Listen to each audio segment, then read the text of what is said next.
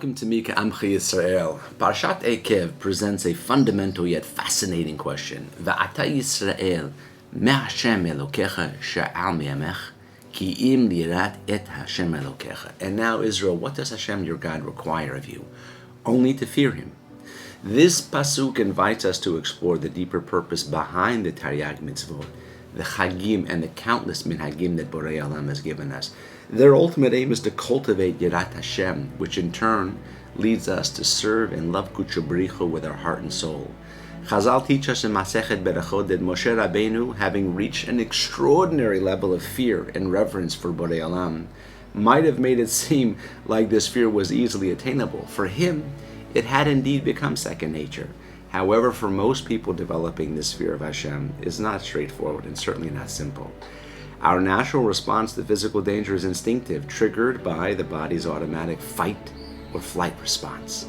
This primal reaction prepares our body to either confront the threat or flee from it, releasing adrenaline and mobilizing our senses for immediate action.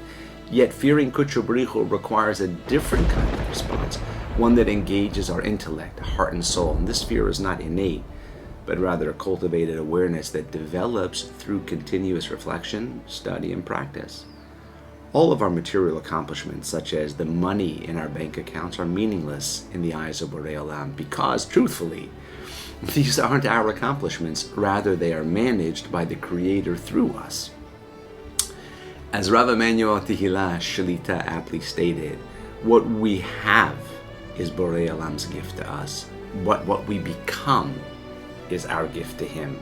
Our Chachamim teach us Hakol bidei Shemayim chutz yirat Shemayim. Everything is in the hands of heaven except for the fear of heaven. Achieving this fear of heaven is not easy, but it's the true goal of all mitzvot and the essence of our life's purposes. In navigating life's complexities, we often become preoccupied with securing our physical wealth, our well-being, and our material possessions.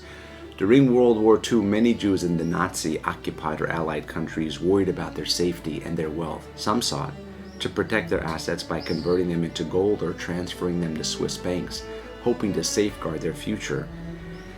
On a personal note, I fondly recall my grandmother, Aleha Shalom, recounting tales from her past when I was a little boy. She spoke of how they would hollow out the heels of their shoes to discreetly smuggle small diamonds out of Germany for the future. I'm sure many of you heard similar stories. One individual, though, Shmaya Reichman, addressed this dilemma uniquely. Born in Hungary and later residing in Vienna, Austria, he was successful in the import-export business of fresh eggs. Anticipating the threat to his wealth, Reichman recognized that Swiss bank privacy might not suffice given the looming danger from the Nazi Germany and potential scrutiny by the Allied governments. Reichman decided to transfer $75,000 to Charles Bentheim, a college student in eastern Pennsylvania, who he believed to be a secure intermediary. When Charles received a call from American Express about the check, he was initially confused and had no idea who sent it or why. He recorded the details, but soon forgot about it when no further information came through. Years later, in 1946, after escaping to Tangiers, Morocco, Reichman arrived in the U.S. and sought out Charles Bentheim. He provided precise documentation of the check's date and amount, proving his identity and requesting the funds to be returned.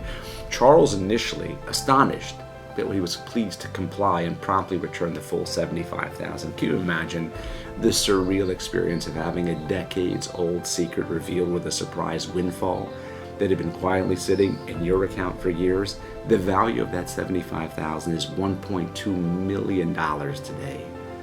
This story illustrates an important lesson. Ashirut does not belong solely to the individual who possesses it. Instead, Borei Olam distributes the wealth among his children and places it in the hands of certain individuals until it becomes time to be redistributed. It's our responsibility to manage and eventually return these resources appropriately when and if the time comes. Ultimately, the lesson is that true wealth is absolutely not measured in material possessions, but in how we use the gifts we are given. Just as Reichman's wealth was preserved and returned in an unexpected manner, our lives and resources are entrusted to us by Hashem.